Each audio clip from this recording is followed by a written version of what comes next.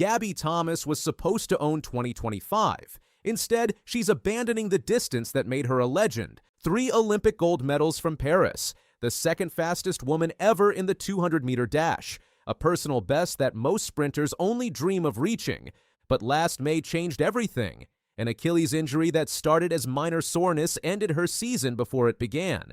8 months of rehab, no world championships, no chance to defend her throne.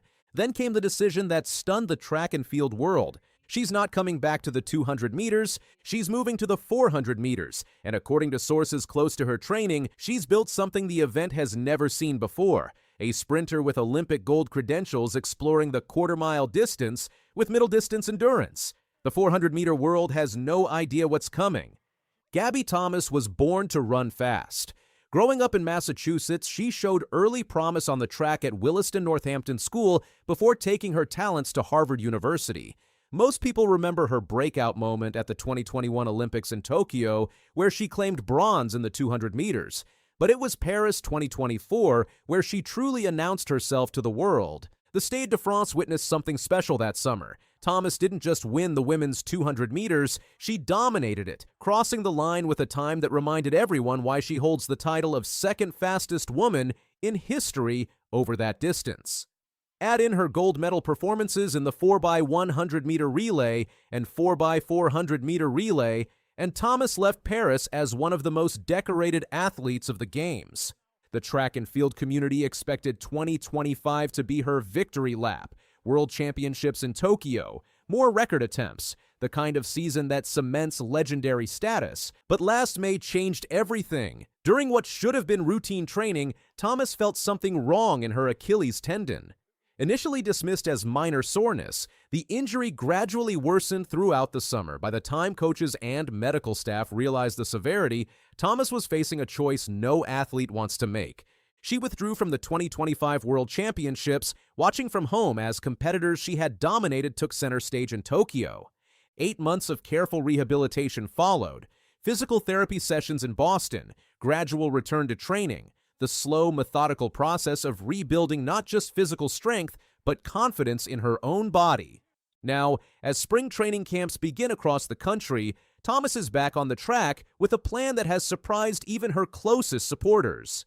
The Texas Relays in Austin will mark her official return, scheduled for April 1st through 4th, but instead of the 200 meters that made her famous, Thomas is entering the 100-meter dash. And according to her coach, this is just the beginning of a broader strategic shift. The competition field in Austin reads like a who's who of American sprinting. Tamara Clark brings a personal best of 10.88 seconds and world championship experience. Rainea Jones, with her 10.94 personal best, represents the new generation of American speed. Thomas's 100-meter personal best of 10.80 seconds puts her in contention, but this will be her first race in nearly a year. The rust of extended time away from competition is real, and everyone in the sport knows it. But here's where the story gets interesting. Texas has always been a special place for Gabby Thomas. In 2024, she won the 100 meters at this same meet with a time of 10.88 seconds, then set a meet record in the 200 meters at 22.08 seconds. The following year, she anchored the 4x100-meter relay team to another meet record of 41.74 seconds. If there's anywhere Thomas can rediscover her rhythm, it's on the familiar track in Austin, where she's already written her name in the record books. However, the real revelation isn't her return to the Texas Relays, it's what comes after. According to sources close to her training camp, Thomas has committed to exploring the 400 meters in ways she never has before.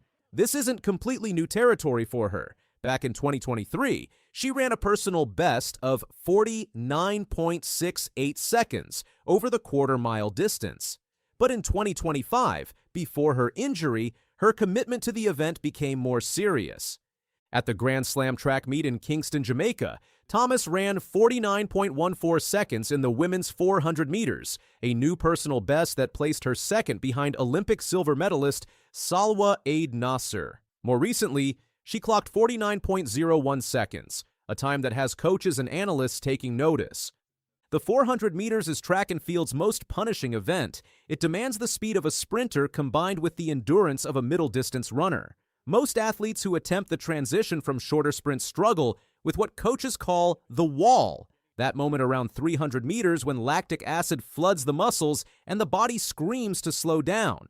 But Thomas has shown signs that she might be different. During recent training sessions in Boston, she ran a 5:53 mile, a time that demonstrates aerobic capacity most pure sprinters simply don't possess. This came after recovering from her Achilles injury, suggesting her fitness base is stronger than ever. The shift to longer distances appears to be part of a larger strategic plan as Thomas looks toward the 2028 Olympics in Los Angeles. In recent interviews, she's spoken about legacy, about leaving the sport better than she found it, particularly for communities that need representation most. For Thomas, who graduated from Harvard with a degree in neurobiology, this calculated approach to extending her career makes perfect sense. The 400 meters allows her to challenge herself in new ways while potentially protecting her long-term health compared to the explosive demands of pure sprinting. The timing couldn't be better from a competitive standpoint. American women's 400-meter running is in a transitional phase with opportunities for athletes willing to commit to the demanding training the event requires. Thomas's combination of speed and proven championship mentality could make her an immediate contender. Beyond the track, Thomas is also expanding her brand presence. Her collaboration with New Balance, set to release on April 8th, features a special edition of the Ellipse running shoe in pink and maroon colorways that match her signature track spikes. The launch includes an all-levels 5K run with Austin's Your Mother's Run crew, demonstrating her commitment to growing the sport at the grassroots level. The shoe collaboration represents more than just an athlete endorsement deal. It's part of Thomas's broader vision for her post-competition legacy, connecting with running communities that extend far beyond elite track and field. Stepping onto the blocks for a grueling quarter mile requires immense psychological fortitude. While traditional short-distance specialists rely purely upon explosive, fast-twitch muscle fibers, Gabby is now orchestrating a completely different biomechanical symphony.